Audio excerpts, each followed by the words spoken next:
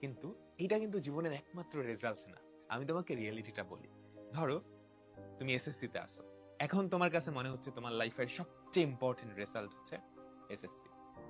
ওকে, তুমি যখন কলেজে উঠবা, এইচএসসি পরীক্ষাটা দিবা, তখন তোমার কাছে মনে হবে সবচেয়ে ইম্পর্টেন্ট রেজাল্ট এইচএসসি। এসএসসি তো কিছুই ছিল না।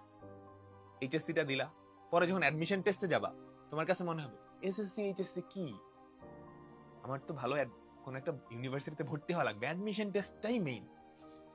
তারপর অ্যাডমিশন টেস্ট দিয়ে যখন ইউনিভার্সিটিতে উঠবা, তখন মনে হবে ইউনিভার্সিটিতে ভর্তি হইলাম, ইউনিভার্সিটির রেজাল্ট না হইলে তো ভালো, না হইলে পরে তো চাকরি পাবো না। তখন ওই অ্যাডমিশন টেস্টের রেজাল্টটা আর ম্যাটার করবে না, তখন তোমার কাছে ইউনিভার্সিটির রেজাল্টটা ম্যাটার করবে। তো ইউনিভার্সিটি পাশ করে গ্রাজুয়েট করবা, পরে যখন চাকরিতে ঢুকবা, তখন মনে হবে আরে ইউনিভার্সিটির অ্যাডমিশন টেস্ট, কলেজ, এগুলো তো কোনো কিছু ছিলই না। আমার চাকরির যেই পরীক্ষা বিসিএস বা এটা, এটা সবচেয়ে ইম্পর্টেন্ট, এটা সবচেয়ে ইম্পর্টেন্ট। এরপর চাকরিতে যখন ঢুকবা, তারপর মনে হবে যে চাকরির প্রমোশন ওটা বেশি ইম্পর্টেন্ট। তার মানে তুমি যত আস্তে আস্তে যাইতে থাকবা, জীবনটা যত অতিবাহিত হইতে থাকবে, তুমি দেখবা ইম্পর্টেন্ট জিনিসগুলো আসতেছে।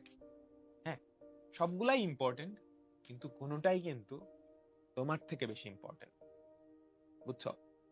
পড়াশোনাটা জীবনের জন্য, উল্টাটা কিন্তু না। পড়াশোনার জন্য শুধু জীবন না।